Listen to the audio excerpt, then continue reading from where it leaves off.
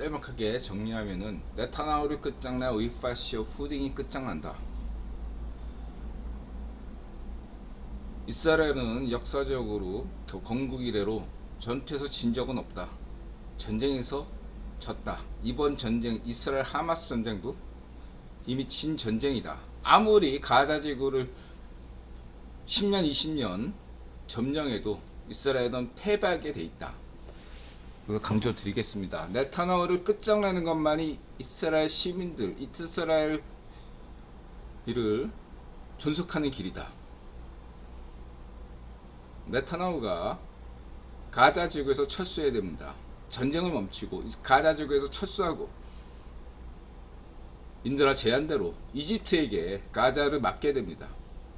그리고 웨스트뱅크 이스라엘 서한 지구 웨스트뱅크라고 하죠. 이 지구의 파타당에게 힘을 실어줘야 되고 국제사회는요.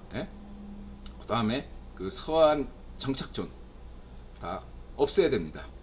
철수해야 됩니다. 그것만이 이스라엘이 살아남을 길이에요. 다른 방법은 없습니다. 이스라엘 시민이 자초한 길입니다. 이것을 네타나후를 계속 존속시키고 가자를 점령하고 서한 정착촌을 유지하는 한 이스라엘 나라는 지구상에서 사라질 것입니다. 아울러 인도라가 이 문제를 거론하는 것, 중동 문제를 거론하는 것은 1970년대 이래 60년대 70년대 이래로 중동에서 이러한 이스라엘의 문제를 일으키면 대한민국에 어려웠습니다. 다행스럽게도 박정희 대통령 덕분에 1960년대 70년대 위기를 잘 극복했지만 위기 상황이에요. 대한민국이 위기를 맞이합니다. 경제적으로. 대한민국은 현재 위기이자 기회를 지금 맞고 있습니다. 이 위기를 잘 극복한다면은 성렬형에서 새마을정신을 다시 얘기하신 건 아주 잘 선택한 겁니다. 지금 새마을정신으로 위기를 잘 극복해 듭니다. 현재 성렬형을 비난하는 자들은 자위 파시즘이라고 인증하는 거예요. 인들아 분명히 말씀드리겠습니다. 성렬형을 현재 비난하는 자들은 자위 파시오 세력입니다. 매국노, 쑥골통, 자위 파시오, 무능부패, 쑥골통, 매국노 적폐 세력입니다. 파시오 세력이에요. 현재 성렬형을 비난한다면 그거는 파시오 세력으로 구독 취소하세요. 이 점을 분명히 말씀드리겠습니다. 위기이자 기회다. 지금 대한민국은 굉장히 위기에 서 있다. 국제정세상 현명한 지도력이 요구된다. 현재 외교부 장관 박진과 성렬형이 정말 너무너무 이보다 더 잘할 수 없다고 매우 어려운 줄타기를 하고 있습니다. 이 점을 강조드리겠습니다. 정말 먼 나라 얘기가 아니에요. 현실적인 문제입니다. 왜냐? 이스라엘 하마스 전쟁이 지속된다면 네타나후가 저런 뻘짓을 계속하면 가장 피해를 입는 세력 중에 하나가 어디냐면 우크라이나 젤렌스키 대통령과 우크라이나 시민들이고 침략당한 또 하나는 반쪽 정원에 대한 반쪽 정원이 헛된 야욕을 꿈꿀 수가 있기 때문이죠.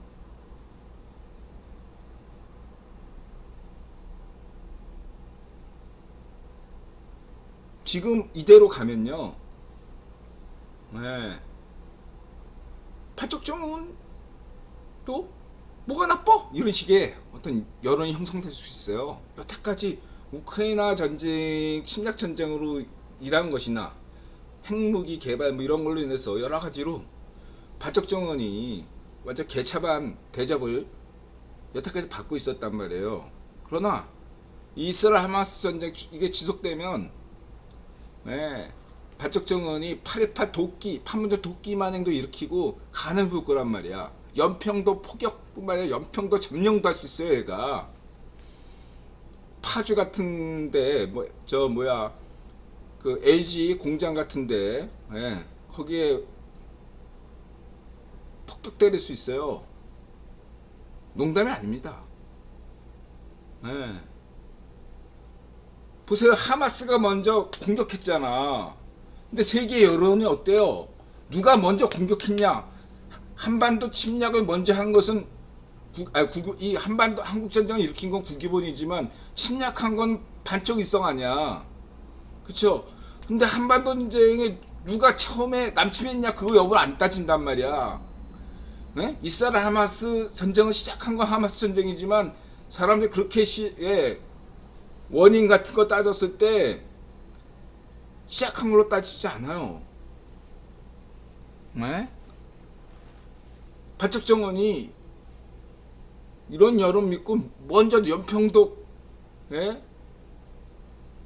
점령한 다음에 파주 같은데 착살을 낸 다음에, 예, 뭔가 하면은, 응? 바쪽 정원은 욕먹겠지만, 예? 그 세계 여론이 반드시 반대만 안 할 거란 말이야. 이런 식으로 가면요. 예? 이해가 되세요? 굉장히 심각한 상황이 전개될 수가 있다 이겁니다. 지금 가짜뉴스 음모론이 지금 판치고 있잖아요. 이 가짜뉴스 음모론 이게 판치는 게, 예, 힘들어 알겠죠? BBC가 현재 가짜뉴스의 진앙지라고. 예. 구본이 만드는 거예요. 구본 일부 세력이. 하마스가 이러한 여론 가짜뉴스 못 만들어요. 굉장히 심각한 상황이다. 위기 상황인 것을 좀 대한민국 시민들이 모르고 있어요. 남의 일로 여겨요. 국제 정세에 관심이 없으니까. 심각한 상황이다.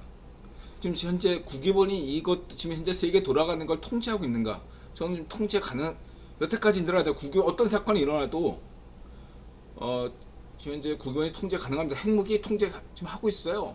예, 맹꽁 18르, 발족정은, 푸딩, 핵 못 쏴요. 여태까지 그렇게 얘기했잖아요. 근데 지금 어떤가요? 핵전쟁이 일어날 수 있다. 3차 세계대전 못 일어나요. 여태까지 이렇게 했잖아. 대만 침공 못해요. 맹꽁 18르가. 발족정은 그냥 죽은 듯이 있어. 뭐 이렇게 걔 도발 못해. 뭐 이런 여태까지 그런 입장이었단 말이에요. 근데 이스라엘 하마스 전쟁 터진 다음에 인들아 입장이 180도로 바뀌었잖아요. 3차 세계대전, 핵전쟁, 예, 발족정은의 서울 침공, 대만 침공 얼마든지 가능합니다. 지금 상황은 한 치 앞도 볼 수가 없어요. CFR은 이걸 통제하지 못하고 있어요. 지금 내가 볼 때. 그래서 계속 CFR에게, 대럭주 구본 황제에게 계속 인드라에게, 예, 인드라를 좀 안심시킬 수 있는 답을 달라고 인드라 계속 얘기하고 있잖아요. 예. 매우 위험한 상황이다. 총선이 문제가 아니다. 대선이 문제가 아니다. 예, 나라가 망할 수 있다. 이렇게 말씀드릴 수 있겠습니다. 나라가 망할 수 있습니다. 정파 가리지 않고 그냥, 예, 서울에 핵이 떨어지는 거야. 간단하게 얘기해서. 그런 상황이 현실이 될 수 있습니다. 여태까지는 반쪽정은 서울에 어떻게 핵 떨어뜨려. 가능해요 지금. 그런 상황이 됐어. 위험 상황이 됐습니다.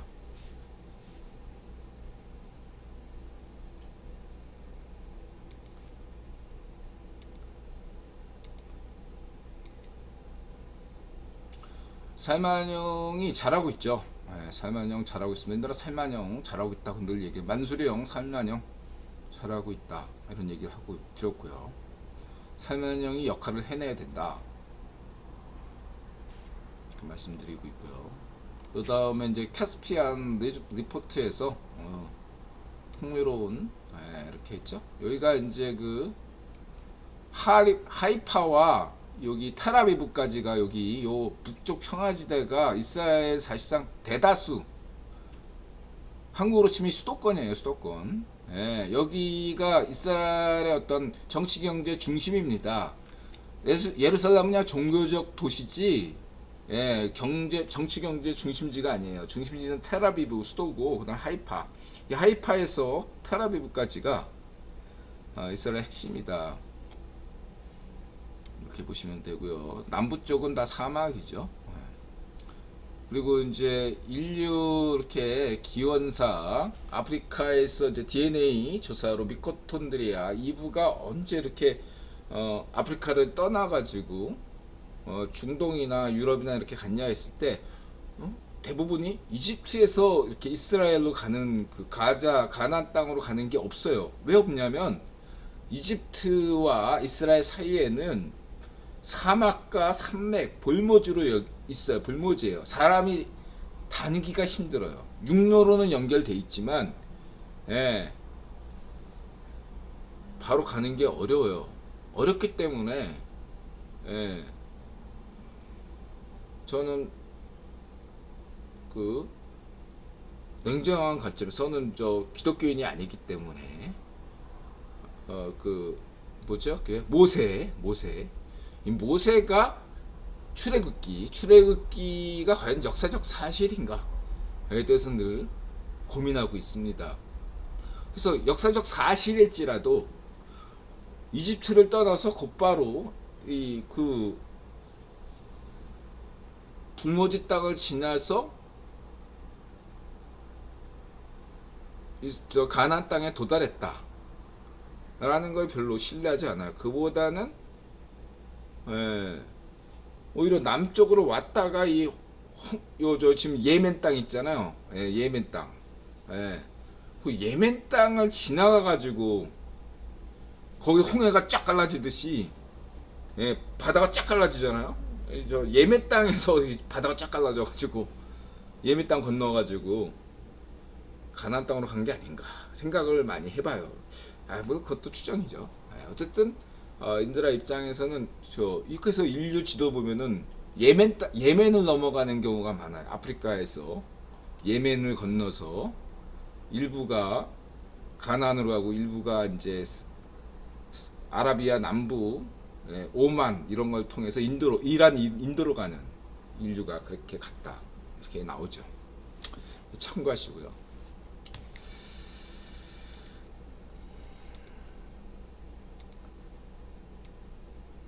유튜브 돌아다니다가 사슴가문에 대해서 요약 정리한 영상을 봤습니다.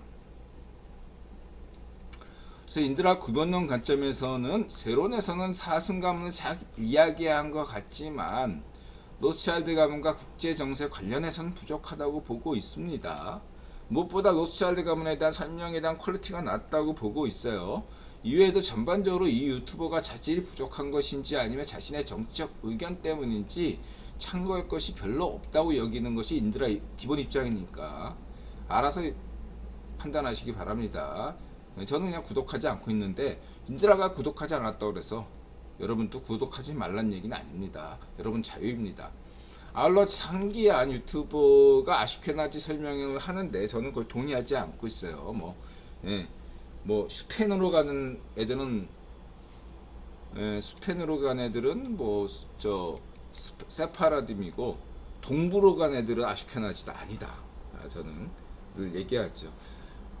세파라딤이나 아시케나지나 다 모두가 다 스페인 쪽에서 온 애들이에요. 스페인에서 갔다가 그 스페인에서 추방당하면서 전유로로 확산된 것이 중에 그 와중에 그 독일이나 폴란드에 정착한 애들이 아시케나지다. 다시 말하면 로스차일드 가문이나 막스 가문이 동부에서 온 애들이 아니란 얘기예요. 스페인에서 온 애들이에요.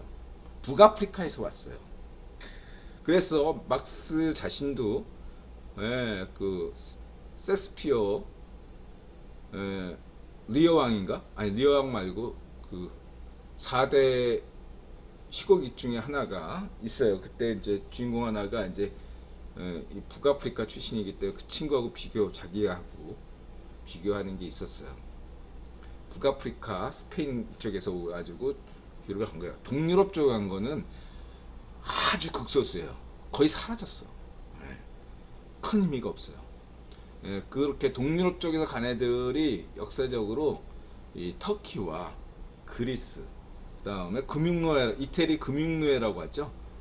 로마 시대 때 그 금융노예들이 상당히 그리스라고 출신이라고 알려진 애들이 사실 유대인 출신이 유대계가 많을 거라고 볼 수 있어요. 유대계나 아니면 이 페니키아계, 그 정도. 그리고 거기서 소수가 이태리 안에 로마 안에서 살아남을 수 있을 가능성이 있는데 중부 유럽 같은 데서 살아남을 가능성은 거의 없다. 제 관점에선 그렇습니다. 있을지라도 큰 의미가 없다. 그래서 불확실한 설명, 아시케나지에 대한 불확실한 설명들 동의하지 않고요. 그 다음에 이 친구가 얘기했던 그 사순 가문이 왜 갑자기 그 오스만 제국에서 대접받다가 왜 갑자기 탄압받았나, 이 얘기를 해야지. 19세기 초반에 왜 탄압받았나 갑자기. 간단하죠. 옆에 이웃 국가에 카자르 유대계가 집권했기 때문이죠. 카자르 유대계가 집권한 거예요. 이란 왕조. 이 카자르 유대계가 오늘날 이란 쿠데타 1970년대 말에 일으킨 이란 근본주의 이슬람 쿠데타 배후가 이 인드라가 늘 강조하지만 카자르 유대인이라고 강조했죠. 이 카자르 왕조가 300년 동안 이란을 통치했습니다. 그 유럽에서는 당시에 프랑스 혁명이 일어났죠. 그 18세기 말에 그 시기와 거의 비슷한 시기에 이란에서 이 카자르 유대계 뿌리는 투르크계죠. 투르크계. 터키인처럼 투르크계이지만 종교가 유대계인 왕조이가 카자르 유대계가 장악했다. 이라 강조했어요. 그래서 그 1954년에 그 이란에서 뭐 석유를 국유화하려는 시도들이 있었다고 했죠. 그 세력이 바로 카자르 유대 왕조에서 고위 귀족이었던 자의 자손이다 강조했죠. 그래서 이 카자르 유대에게 쿠데타를 일으킨 배후가 어디냐 알겠죠. 로스차일드 가문이 유력하다 이렇게 강조한 바 있습니다. 오늘날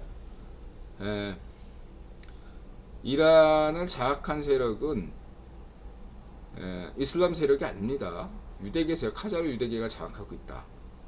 지금 중동에서 이스라엘 다음으로 가장 유대인이 많은 나라가 이란이고, 이란 카자르 유대계 입장에서는 이스라엘의 국가를 정당성을 부정합니다. 이스라엘 나라가 멸망하기를 전 세계에서 가장 바라는 세력이 이란 카자르 유대계예요. 이들은 이스라엘을 멸망해야 된다 이런 입장을 가지고 있습니다. 정통은 자신들이고 이스라엘 그 국가 건설론을 지지하는 유대인들은 가짜다 이런 입장이 가지고 있어요.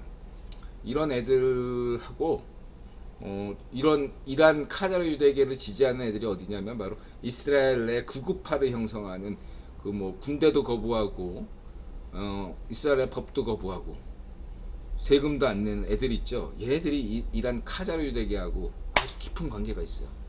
여러분 잊지 마시기 바랍니다. 둘 다 이해 관계가 같잖아. 이스라엘 국가를 인정하지 않는다는 점에서.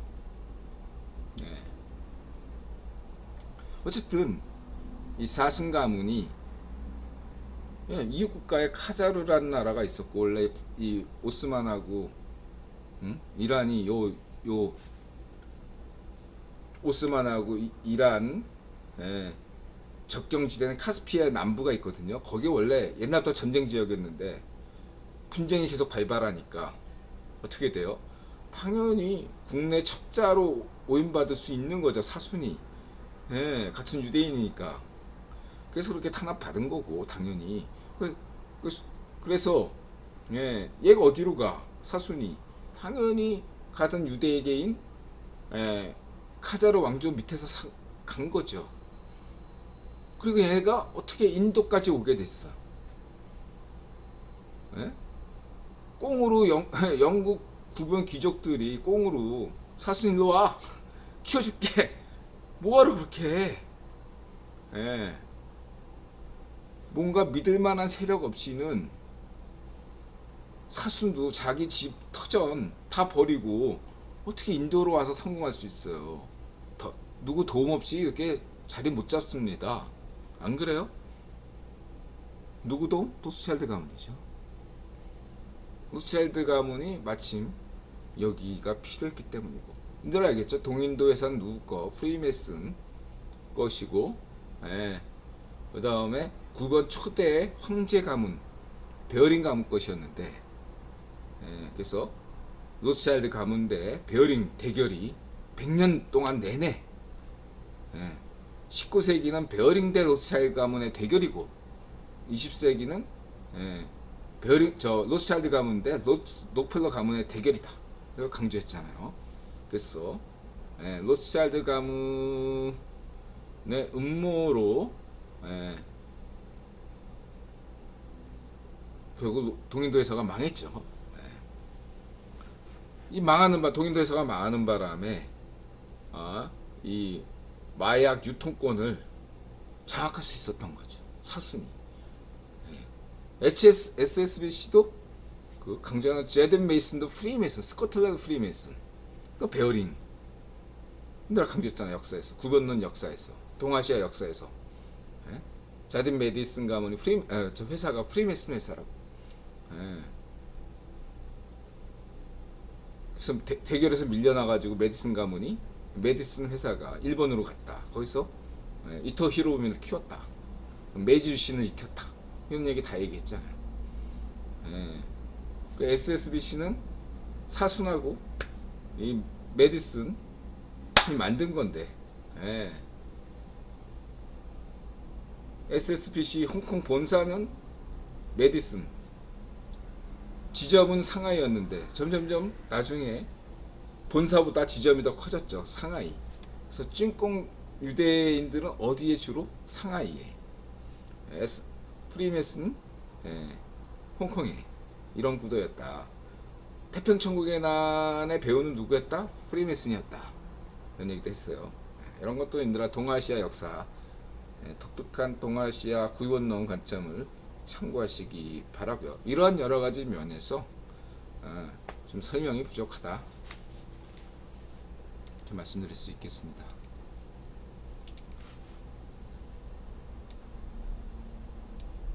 그리고 이제 1930년대 버트란트 러셀 그 황제 있잖아. 상하이에서 왜 사순 가문이 다 뺏겼냐? 쭈꽁에게. 그 당시 쭈꽁 상하이를 점령했던 쭈꽁 애가 누구야? 쭈운네야. 쭈운네는 하면 버트란트 러셀의 쭈꽁 대리인 아닙니까? 쭈운네 참고하시기 바라고요.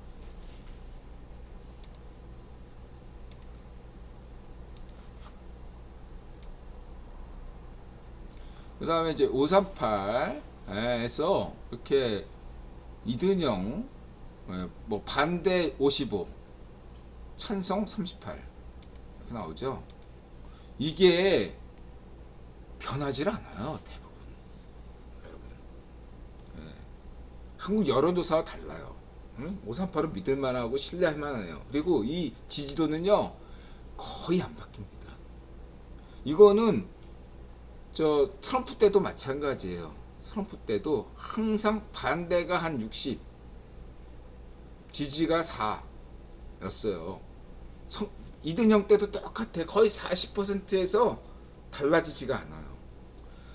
이든영이 좀 많이 인기 정책하고 좀 잘한다 싶으면 40.5, 40.6 뭐 이 정도 나오고, 좀 요즘 안 좋다 그러면 뭐 38, 39 이렇게 보시면 돼요. 그건 트럼프 때도 마찬가지였어요.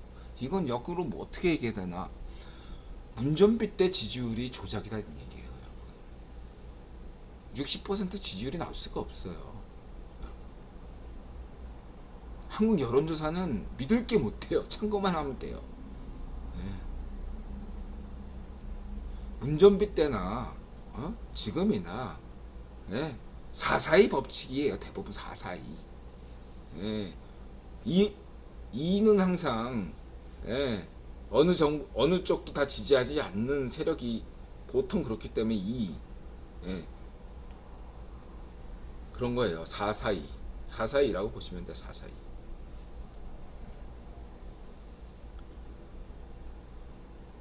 그 정도로 보시면 되고, 한국 여론조사는 참고만 하시면 되고, 큰 의미를 두지 말다 그냥 흐름만 보시라 이렇게 얘기 듣고,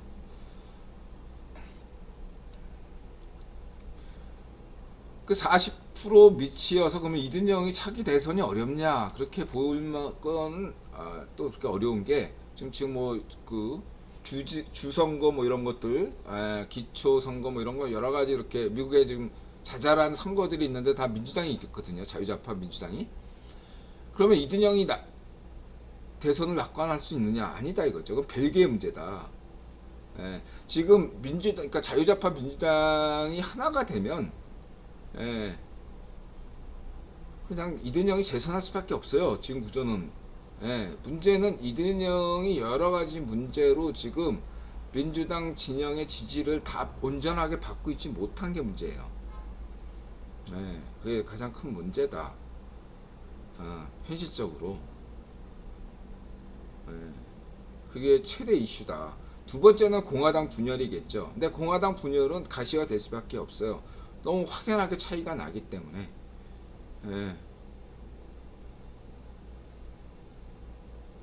내년에 공화당 후보가 2명이 나올 수도 있다. 하나는 무소속으로 나올 수도 있어요.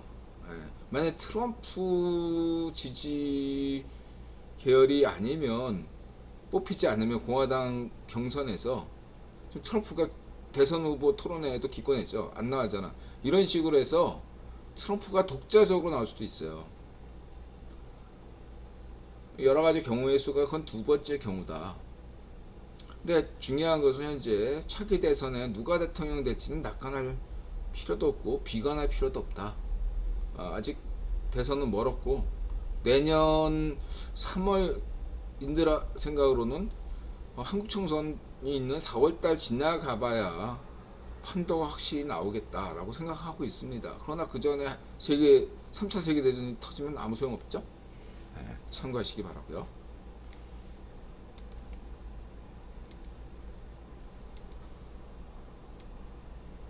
이건 이제 블룸버그래.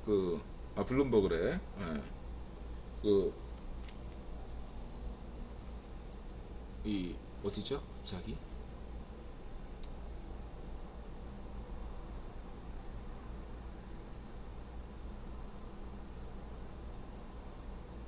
내가 안 썼네. 여기가 갑자기 CSIS 말고 어디야? 연구소인데 갑자기 생각 안 나네.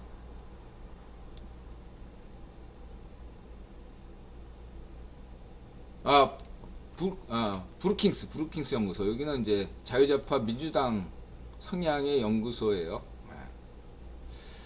한번 읽어보시기 바랍니다. 이 포기를 못하게 해놔가지고 포진 못했습니다. 참고하시고요.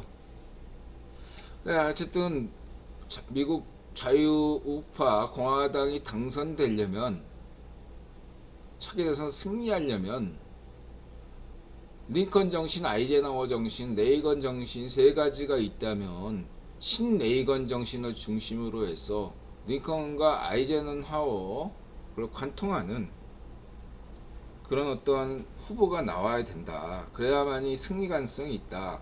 만약에 트럼프가 나온다면 그거는 정말 인류의 비극이고 미국의 비극이고 3차 세계대전을 촉발시킬 수 있는 그런 거다라고 볼 수 있고요. 매우 불운한 사태다 이렇게 볼 수 있겠습니다. 그래서 신레이건 정신의 가장 중요한 것은 신레이건이 어떻게 대통령이 될 수 있었냐. 1960년대 70년대 흉행했던 음모론을 극복하고자 하는 것이